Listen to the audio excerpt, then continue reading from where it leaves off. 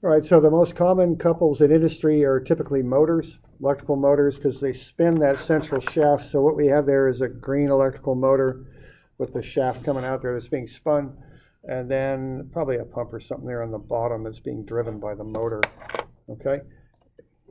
So, then we just went over this a little bit, how you can take that couple that's stored in that trap and then use it to exert a force, okay?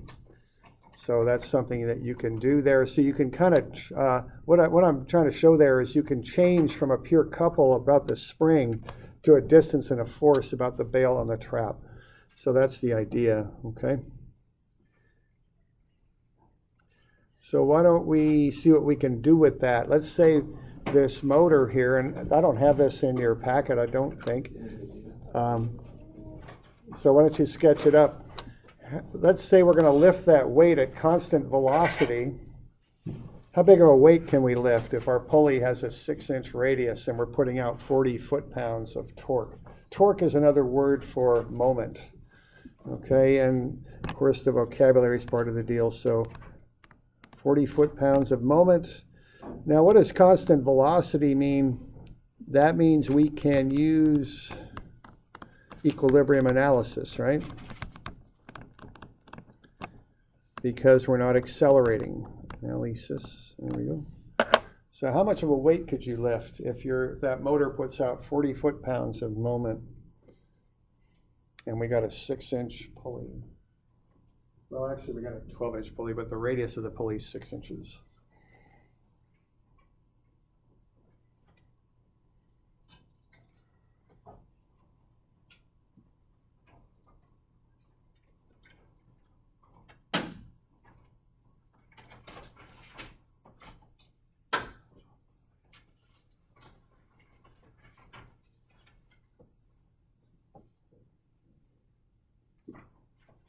I can't quite remember what it is. I got to adjust, but I think I got it.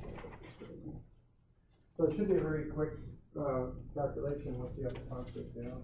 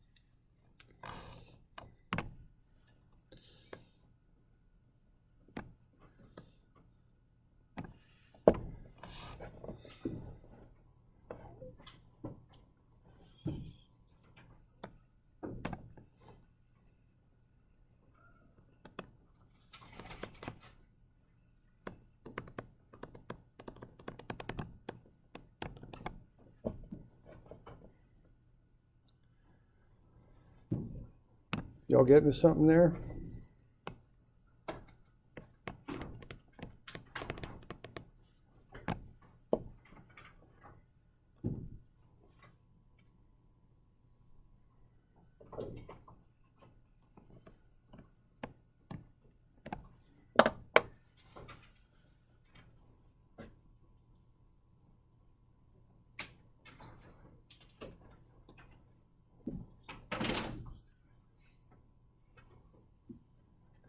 Real simple calculation, just a 1-2 calculation.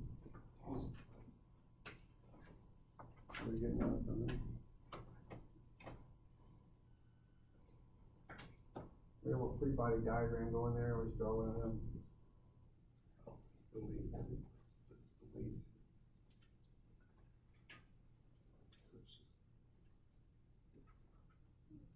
What I'm trying to illustrate here is the transition from a couple from the motor to the force distance moment. That's what I'm trying to do there.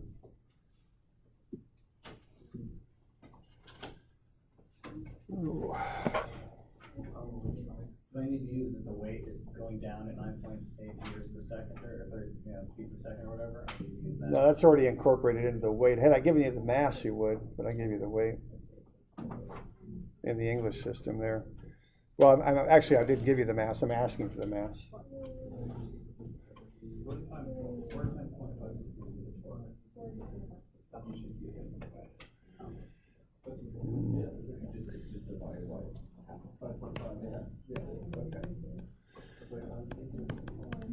See, we've been doing force equilibrium, but you can do it with moment too.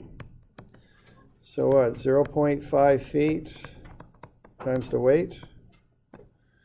There's the equation right there, and the sum of those is 0 because we got moment equilibrium here. See? It's 80 pounds, I think. Okay.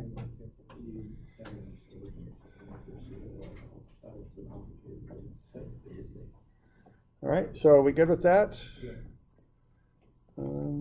Oh, I did it in inches here, but same difference. You get to 80 pounds. Okay, so what you're doing there, you're looking at the couple coming in like that, and that's, I converted into inch pounds here. I did a little differently in this solution than I just had up on the board. I went to inches. You just need some common unit of distance. And then you've got that going on, and that's weight. So you're going to have that 480 pound inches will equal the 6 inches times whatever the force is, and the force is the weight. You get 80 pounds. Okay.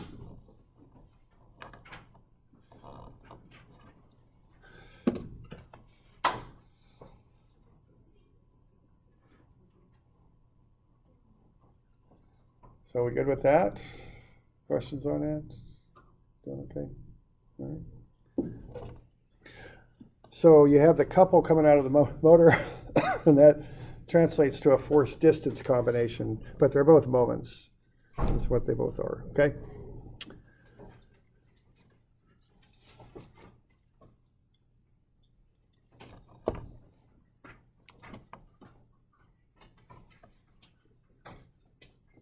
All right, let's kind of look at another one here. I'm going to skip around in the book a little bit here. Let's look at resultants, which actually is not 340, which is the next page after couples. It's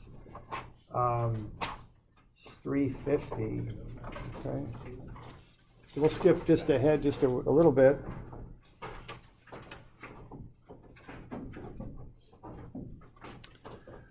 So that's a sign. That's in Albany somewhere, I think, or maybe it's in Salem. I can't remember. But you see a lot of these signs. They put a bunch of them up at some point.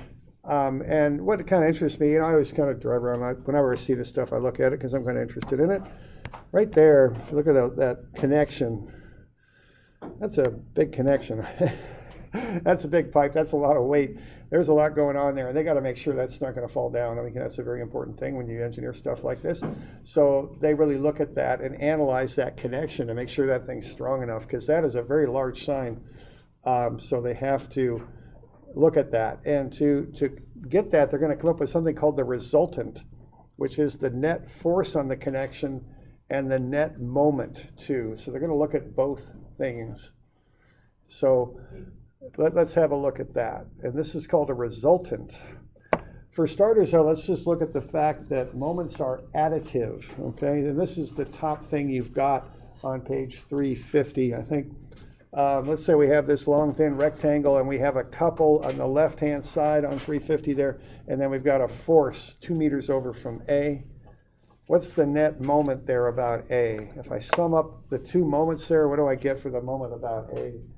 Why don't you find that?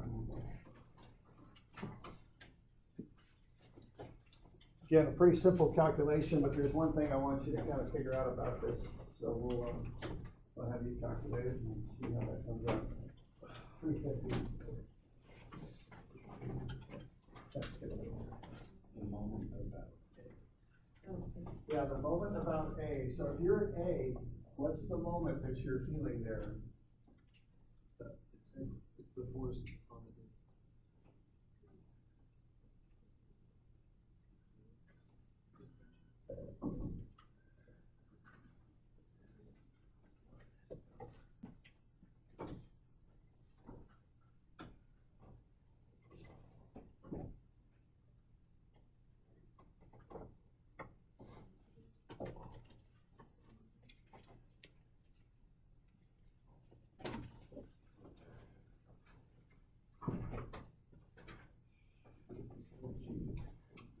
I just thought of 160 by itself, and I found the moment of Oh, if And then just add them up, there's nothing too fancy going on there. Yeah. Just find it, 2 moments of adding them together. It'd be 160 minus 3.6. I did 300 minus 3.6 and then added that onto 160. Oh wait, no, actually I did it this way. So this is negative 160. Yeah. So I got negative 920. No, you don't multiply 160, that's already, you don't do anything like that. So 1.6 is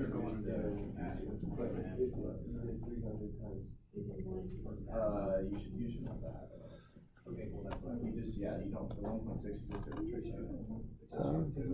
So we're going to take the 160, that's clockwise, so it's negative.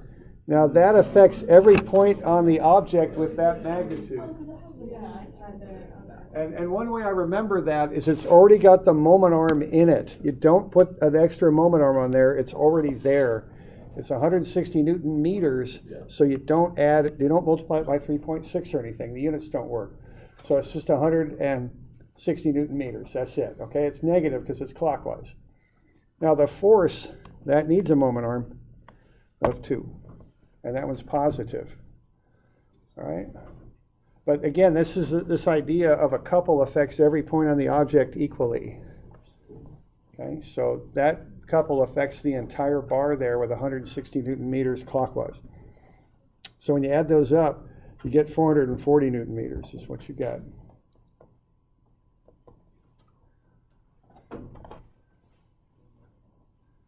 We doing all right with that? Questions on that? Okay. All right. Good.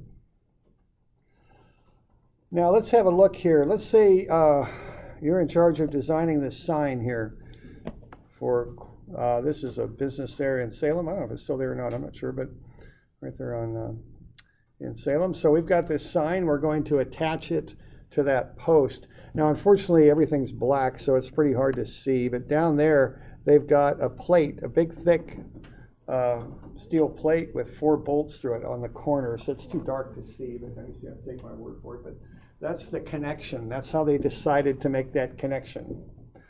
And every little piece of these things, somebody had to think about. Someone had to decide, I'm going to use 4 bolts. Somebody had to decide, I'm going to use a 1-inch, 9-inch by 9-inch plate. Someone had to decide what the size of the bolts were. Somebody had to spec out the strength of the bolts. All that stuff had to be figured out. And someone's name is on that, so they're very conscientious about it because obviously you don't want this stuff to fail, right? So that this had to be figured out, okay? And I wish you could see that better, but there's 4 big bolts in there. All right, now let's kind of run through some different scenarios and figure out what's happening at that connection. I'm going to call that point E. So let's say we've got a sign, and the sign weighs 480 newtons. Okay, what's going on at E? All right. So what I'm going to do is I'm going to take the 480 newtons and look at how it affects point E. Now the 480 newtons acts at the center of gravity of the sign, so it's 0.6 meters over from E. So the 480 newtons is going to have 2 effects on E. The first thing it's going to do is push down on E, because the force acts down. But the other thing it's going to do is it's offset from E, so it's going to cause a twist of 288 Newton meters. Okay? So it's going to do both things to E. So what I'm finding is the effects of that force at point E. That's what I'm determining there. Okay?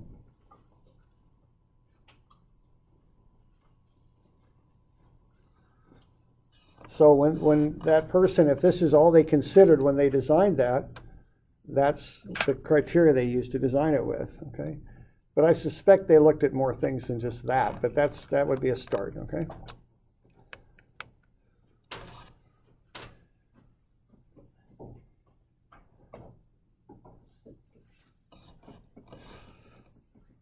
Now let's say they also decided to do some stuff with wind forces, because when you put something out there, the wind blows, and that can be pretty significant. If you got a high wind, look at some of the street light stanchions there. They're flapping all over the place.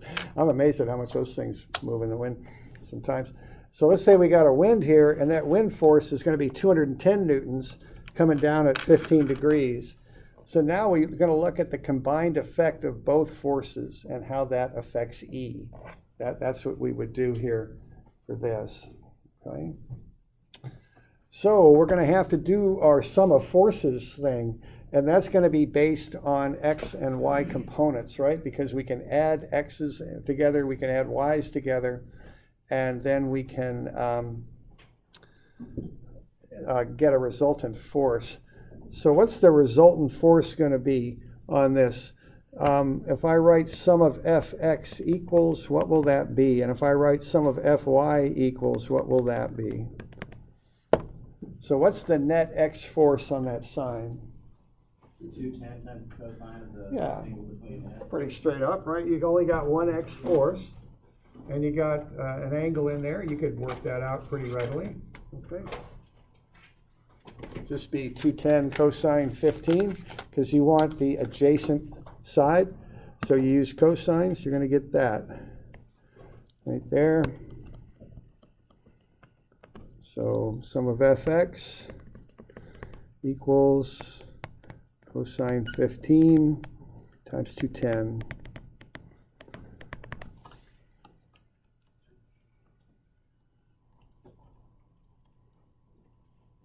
$203. I like to put arrows on these because that's going that way. Okay. Now, how about sum of fy? What do we got going on for that? We got a couple of things going On the sign and head on? What I want is every y force on the sign. So that would consider 480 newtons, and this is when we implement the negative sign. Yeah, we'll go down, but we also got a little piece over here too, don't we? Sine of 15. Yeah, so we got to add those things together, right? Okay. We'll do 48 for All right.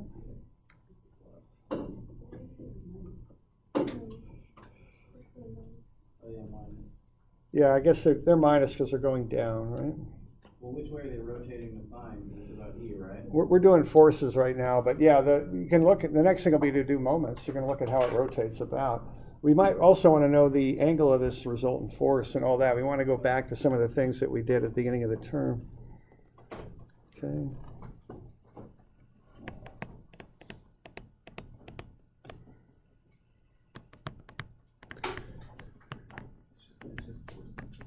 It's not, you have to multiply that. So it's just the force.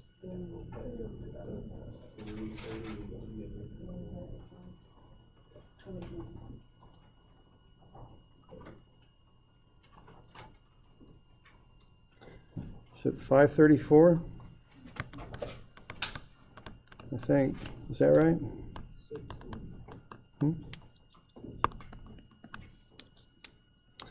So what's the net force on the sign? Get that? Yeah, I did. Okay. So what's the total force? I'll call that FR. How do I find that?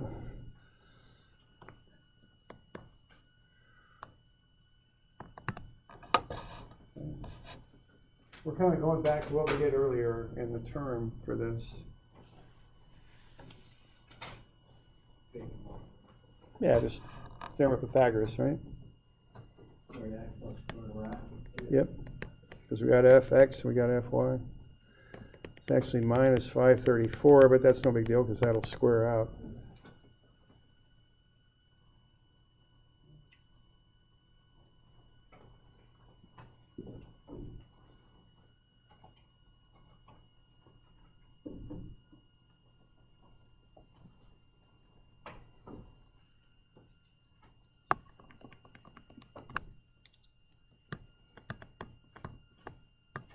$572 newtons. How about the angle for that?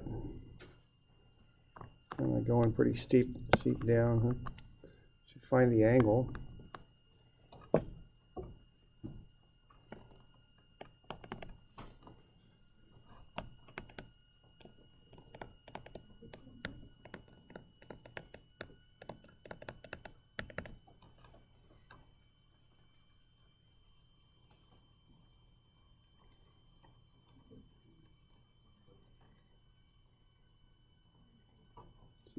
$69 degrees. Yeah, something like that. Yeah, it should be negative, Yeah. 69 degrees, So down, and I always look at those components. It's going down and to the right. 69.2 degrees. yeah. Okay, so what we just found here is a little bit about what's happening with this. We got the arctan of negative 534 over 203, and that equals negative 69.2 degrees. So what's happening now, if we're designing that connection at E, we've got this force that we're going to design for. It's 572 newtons at 69.2 degrees. But that's part of what's happening at E. But the other thing that's happening at E is there's a couple there. There's a twist. And you have to design that connection to absorb the twisting action too. So what's the moment about E?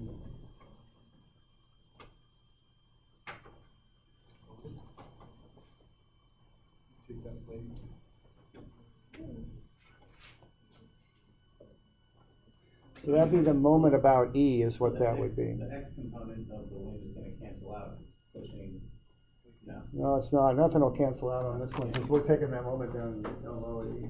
Okay. So we're going to have three terms in the moment equation. Sum of ME. And it just depends where you take the moments about as far as whether things cancel or not. So just force times moment arm, X force for the Y moment arm, Y force for the next moment arm.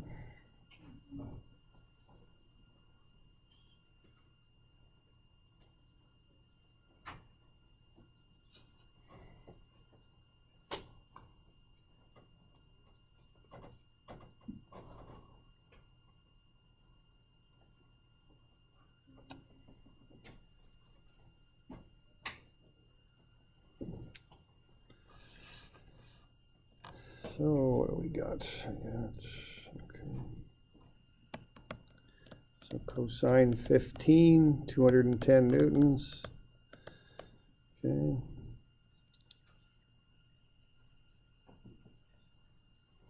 And that's going to be what, 0.45 meters? Yeah, we'll put it for a little run there, didn't it? And that'll be negative, huh? Because that's going to come around clockwise. And then we got sine 15, 210 newtons, and what, 1.2 meters? It's going to be a plus because that's going to go counterclockwise. And then 480 newtons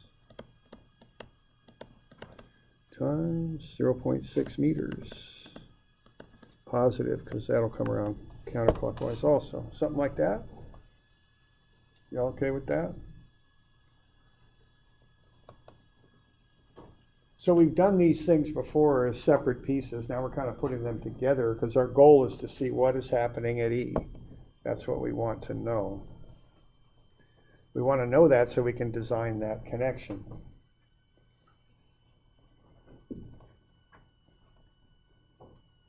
Okay.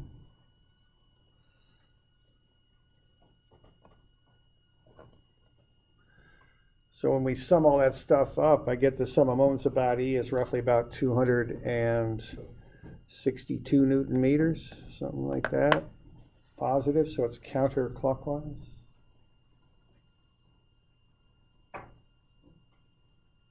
And then I just draw a little sketch down there in that smaller version just so I kind of tell what's going on there. So when I design that connection, I'm going to design it for 572 newtons down right at 69.2 degrees and a couple of 261.9 Newton meters counterclockwise. All right. So what we're doing here is we're kind of doing two things. We're finding the net effect of those forces at E. And we're also kind of taking a complex system and boiling it down to one force and one moment arm. Or excuse me, one force and one couple. That's what we're doing. Okay? So a force and a couple.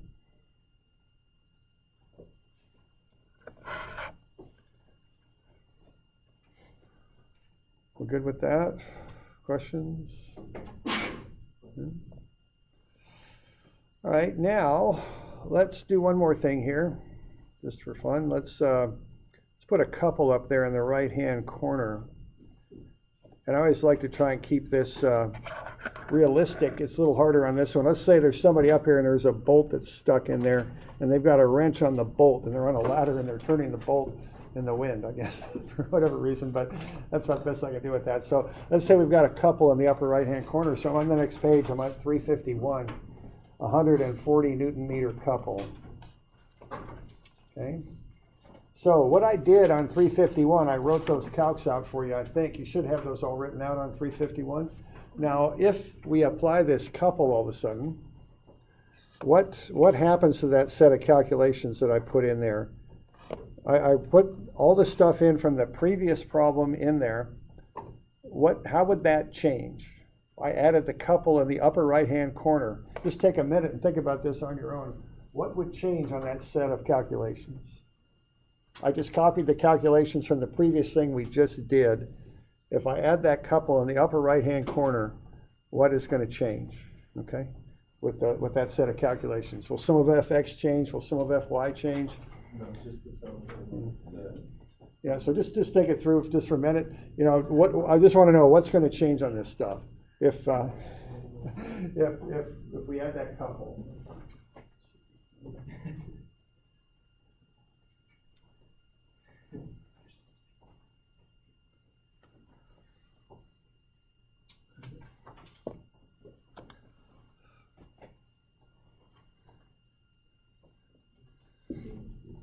So that's 140 Newton meters.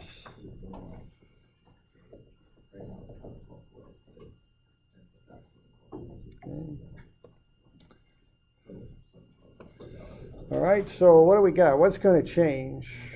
Add negative 140 Newton meters to your equation. Yeah, and of course I got that all highlighted, so it's not working so well. But yeah, that's all we got to do. Everything else stays the same. The only thing that changes, as you all were saying there, is you just do minus 140 Newton meters. That's it, okay? This is still 203 newtons here. This is still negative 534 newtons here.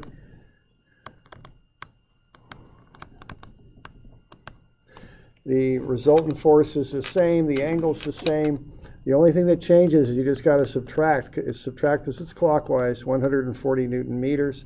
So the net moment about E is now 121.9 Newton meters. Counterclockwise. Okay, that's the only thing that changes. So remember, those couples do not create a force, for one thing. Okay, the other thing is they do not require a moment arm. They already have the moment arm embedded in them. So you don't need to add a moment arm to them. Also, they do not affect the force equation at all. So we're doing two things here. We're finding the net effect at E. We're also, in effect, taking that more complex system of couples and forces and breaking it down into one force at an angle and one couple. All right. So are we good with that? Okay. And we end up with 121.9 Newton meters.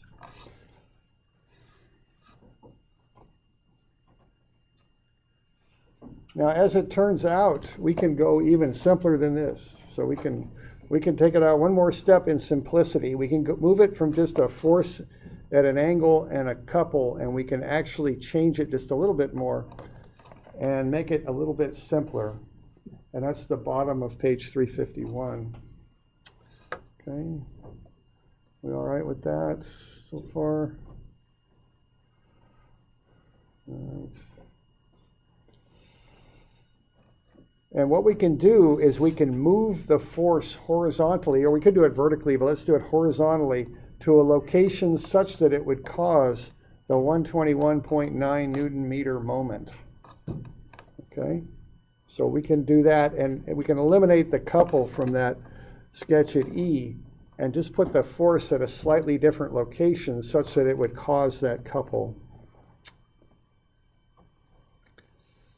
So how far over would we slide that force such that it would cause a couple of 121.9 Newton meters? Where would you put it? think you have this point of attachment. Where would that dot slide horizontally? Would it go to the left or the right to cause the 121.9?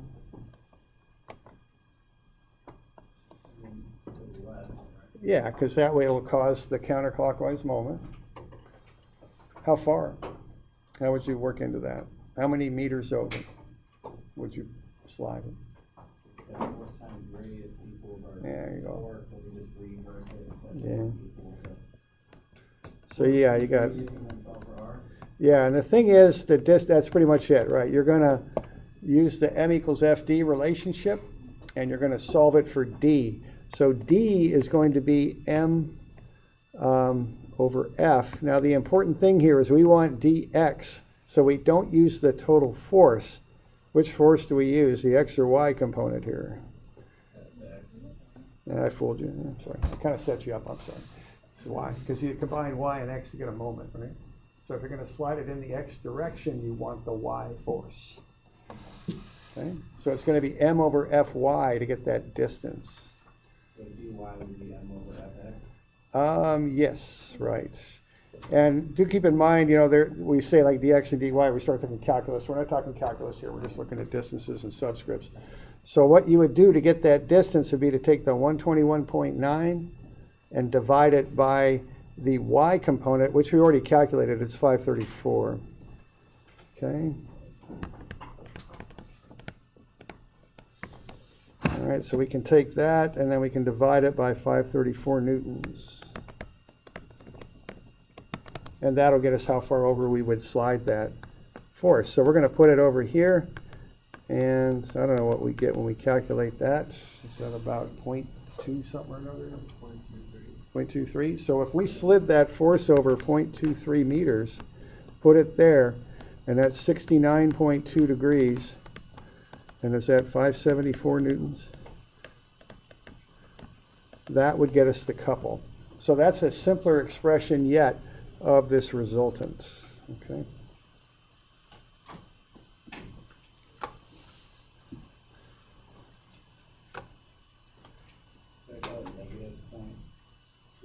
You could, yeah, sure, because it's to the left. You could call it a negative. Okay. So that's kind of as simple as you can make that whole system. So you can think of resultants in two ways. One is the way a force couple system affects a point. The other is the simplest expression you can turn a force couple system into. Now you might be wondering, other than showing off our mathematical abilities here, why are we doing this? What's the point? There is one example I can give you. Has everybody got that down? Everyone doing all right? I think I can, yeah, good, I can do that.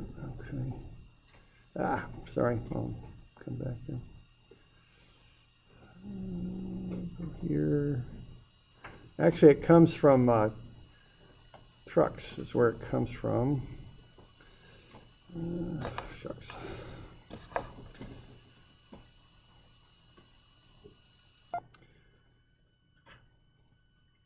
So there's a C-channel frame, and there were trucks that were made that way back in the day.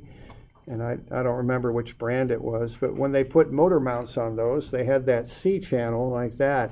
And when they loaded that C-channel up in the normal place on the centroid of the C-channel, when they put the motor mounts on there, and they when they put the motor right directly above the C-channel, they'd warp it. And that wasn't good for the alignment of the vehicle. So what they ended up doing was doing a calculation like what we're doing and offsetting those motor mounts from the centroid of the C-channel. Centroid's the center, so they had this C-channel like that, and they ended up having to put their motor mounts over on the side and getting that load there to cause a twist that would offset the twisting of the channel. So it's a little, we'll get to that in strengths a little bit, but there's an example of why you might do a calculation like what I'm doing there. Okay. All right, so that's a bit on resultants there. All right. Now, let's see. So we good with that? We got any questions on that? I'm doing all right? Okay.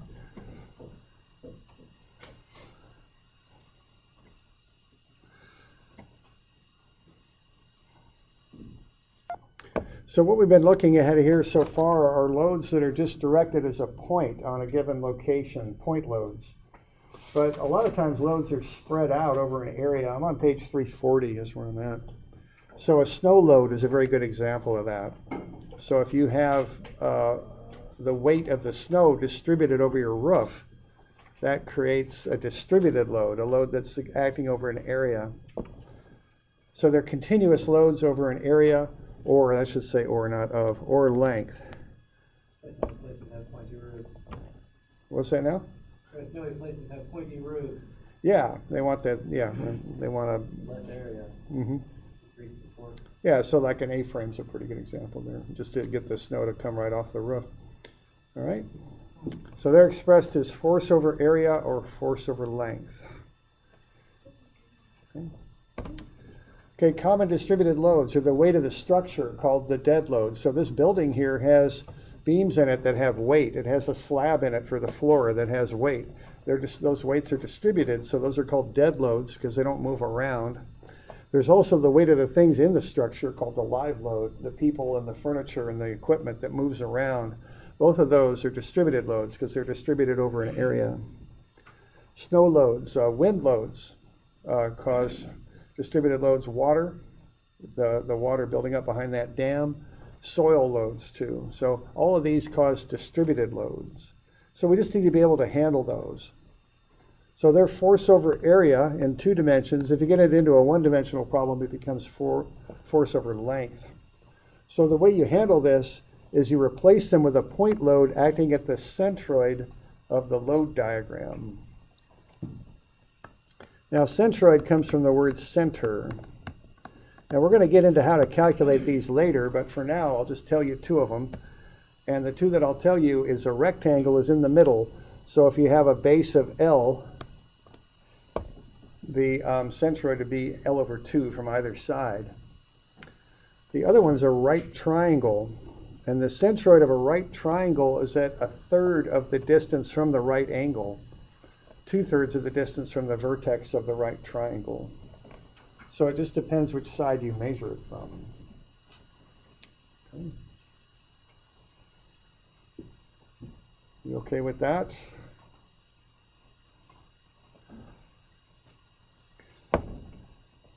So if you want to analyze a distributed load, what we do is find the area of the diagram. So this one here, I've got 800 newtons per meter acting over 0.6 meters.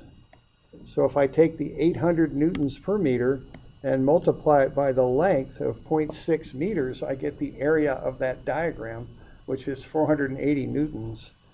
That acts down, of course, it's a weight. It acts at the centroid of the rectangle, which would be 0.3 meters from A. So I would take that 800 newtons per meter over the 0.6 meters and I'd break it down to a 480 newton force acting at the centroid 0.3 meters from A. Okay, I could do a similar thing for the triangle. The area of a triangle is 1/2 base times height. So 1/2 the height is the distributed load, 2,000 newtons per meter. The base is the length of that beam, 0.6 meters. So that's a total of 600 newtons acting down, and that would be at 2/3 of the base, 0.4 meters from A.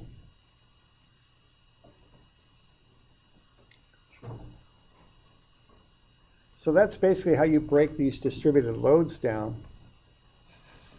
Now, if you've got complicated diagrams, sometimes you might have a diagram like this where you've got something like that. You'd have to figure something like that out. If that's a load diagram, you'd have to know where the centroid of a trapezoid is, and I don't know that offhand. So what I would do with that is I would break it up into a rectangle and a triangle and combine the 2. That's what I would do. So if you got more complex load diagrams, you break them up into pieces that you can handle.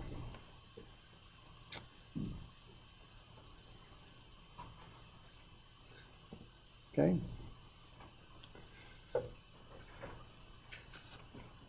So why don't we have a look at an example of this? And there's kind of 2 parts to this. One part is how you develop the load diagram in the first place. And the second part is how you analyze it. So let's use an example here and try and analyze this. Okay, so what we're going to do in this problem is we are going to have a dam that backs water up. And we want to put a spring on that dam that will, so that the dam will automatically open when the water reaches a certain depth. So the idea is when the water reaches a 6-meter height, I want that door to swing open and allow some of the water out. The purpose of that is to make sure the water does not exceed a 6-meter height, because as soon as it does, that creates enough of a moment to swing the door open and to allow water through. So I want to find the moment at which the spring should be set and the force that would occur on the hinges. Okay. Water weighs 9,807 newtons per cubic meter, and that means that the pressure increases by 9,807 newtons per square meter for every meter of depth, is what that means. So what I want to do is put a spring up here that will open automatically when the water reaches a 6-meter depth. So I'm looking at a spring like that exerts a torque on the door. You also might have one of those in your, if you have a garage door, they have these large springs that have a torque in them, because you couldn't possibly lift a wooden door like that up. It's just way too heavy. So what they do is they put a spring up there that helps you lift the door open. And those springs have to be set to the proper torque to help you lift the door. So that's kind of what I'm talking about here, is putting a spring like that at the top of that door so it'll swing open at the proper, when the water reaches a certain depth, okay? Now, if you don't know how to do anything with those springs, stay the heck away from them. Those things are dangerous. They got a huge torque in them, and the way you adjust them, it can be pretty dangerous to get into and mess with them. So if you don't know what you're doing with those things, stay the heck away from them, is my advice, okay? All right. All right, so let's just kind of break this down. Let's walk this through and get to to this distributed load diagram that I'm showing you there on the right. So let's take this step by step and look at how to break down a situation we might encounter out there working and get it down to a nice little diagram that we can work with. So what you're given here is called the specific weight of the water, 9,807 newtons per cubic meter. That's called the specific weight. It's kind of like the density, except it's based on weight, not mass. Okay. Now, fluids kind of act like a big jar of marbles. They kind of push down and exert forces all different directions. So if you want to find the pressure, which would be a force per unit area, you take the specific weight, which is a force per volume, times the depth. And that gets one of those meters out of there and gets you into newtons per square meter. So I would want to know the pressure at the top of the door, which has a 4.8 meter depth, and also at the bottom of the door, which has a 6-meter depth. So I take those depths times the specific weight, and that gets me pressures.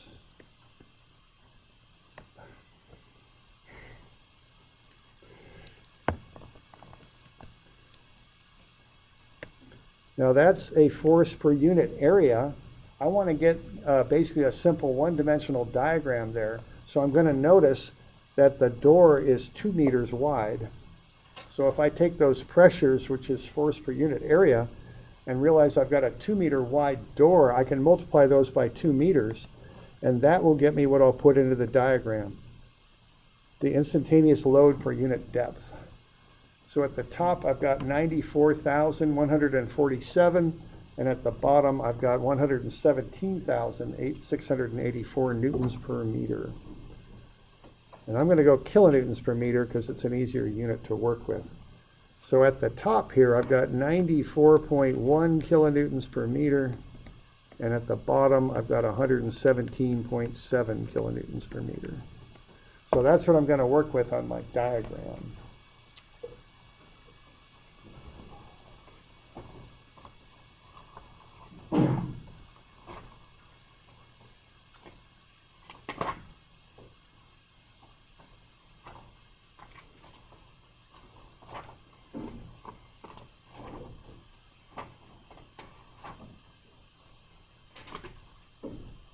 So, let's see.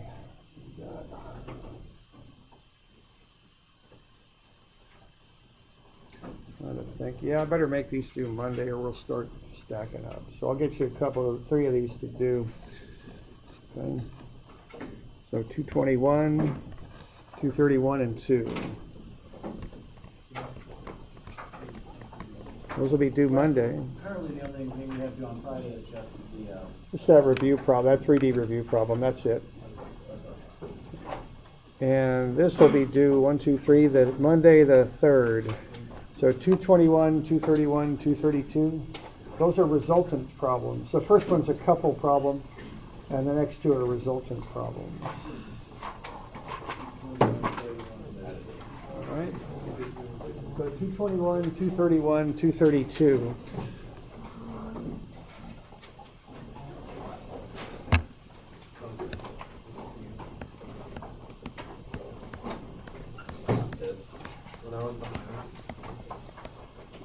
That'll be Monday the 3rd. All right.